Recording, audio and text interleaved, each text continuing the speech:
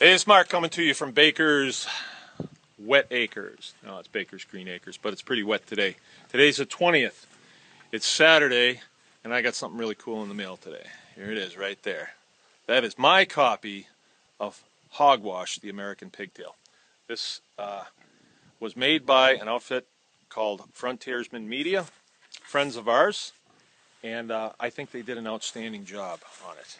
And so this is being delivered into lots and lots of households today and throughout, next week as well. We got ours because we're in Michigan and ours came first. Really good. I watched it this morning and I just wanted to make, it's the second time I've seen it and I wanted to make sure that the DVD was functioning correctly, and it was. And I thought that I would like to comment on a few things in that. And then I have some other things to talk about. But in the video, I state that when I joined the military, I took an oath to protect and defend the Constitution of the United States from all enemies, foreign and domestic. And I was having a conversation with my sister on the phone, and she said, "Don't use the word enemy. It's too radical." Yeah. That's one of the ways that they try to marginalize people, is they call you radical. Well, I'll take a step here, help them out. I am radical. I farm for a living, right? I spent 20 years in the military. Things don't come easy in either one of those career fields, let me tell you that. So if you are not radical, you don't make it. That's just the way it is. And this isn't the only career field that you have to be radical to be in. There's quite a few of them. But our military folks definitely have to deal with things that are radical. And I don't think being radical is a terribly bad thing, all right? But that's one of the things they like to use to marginalize you. But let's talk about what an enemy of the Constitution is. And I just have one example.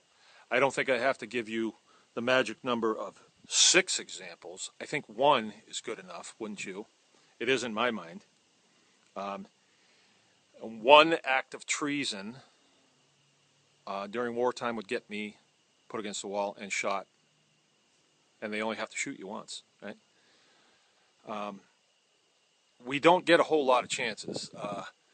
Being an enemy of the Constitution isn't being,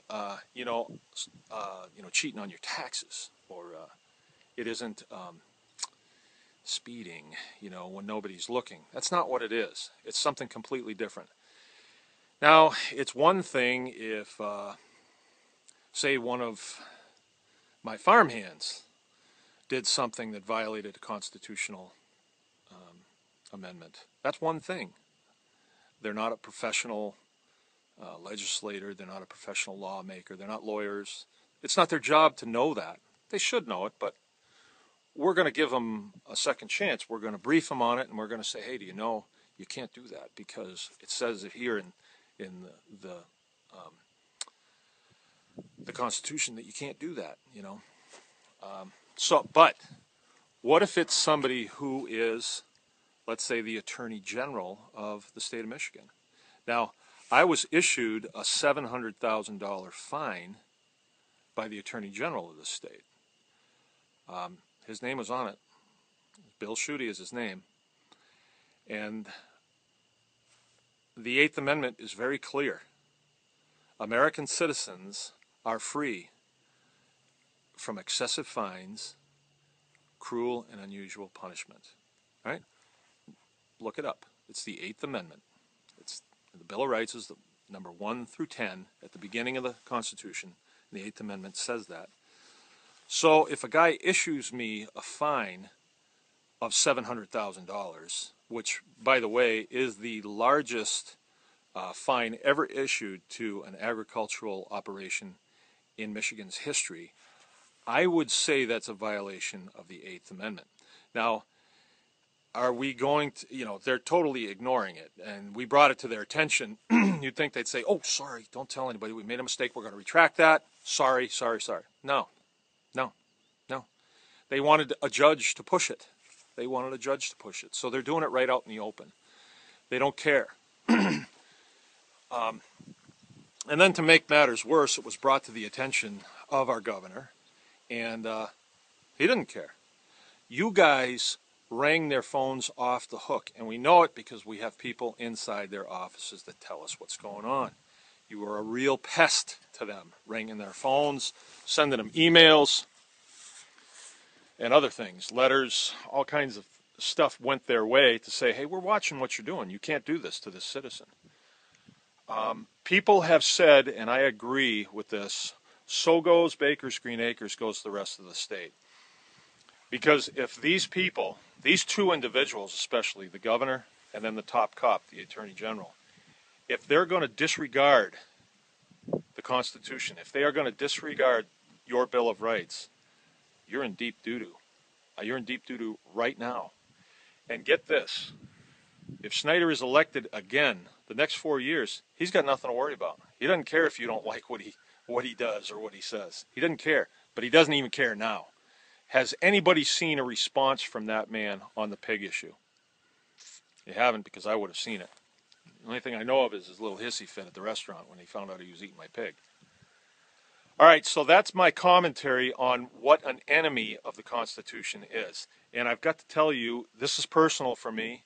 I served with young men who took that oath, and then their lives were cut short, protecting and defending that document for all of us, for you, for me. So I can't allow their deaths to be in vain while these people that are elected to high offices in my state make a mockery of the Constitution. I cannot allow that. And then if you look at their Facebooks and their websites, they tout themselves as real heroes of the Constitution. Don't believe it, folks. And I'm going to tell you this: if you don't believe what I'm saying, let's hear it on Facebook, on YouTube. You can make comments on there. I want to hear it. And further, if you'd like to, you can find out what the schedule of these individuals are, and you can follow them around, and you can ask them personally, right? Or you can call their office and you can ask their minions there. All right? And I encourage you to do that. I don't think it's going to do any good. They're not going to change their tune. They need to be thrown out of office. We tried that for 3 years to get them to, do the right thing, and they won't do the right thing. The other thing is, a lot more folks want this movie, and my wife is going to put a button on bakersgreenacres.com, a donate button, and for a reasonable donation, we can send you one. Help us out here. It costs to produce this, and don't donate 50 cents, and because it costs money for us to get this out, and I'd really like to get the guys paid that did this too.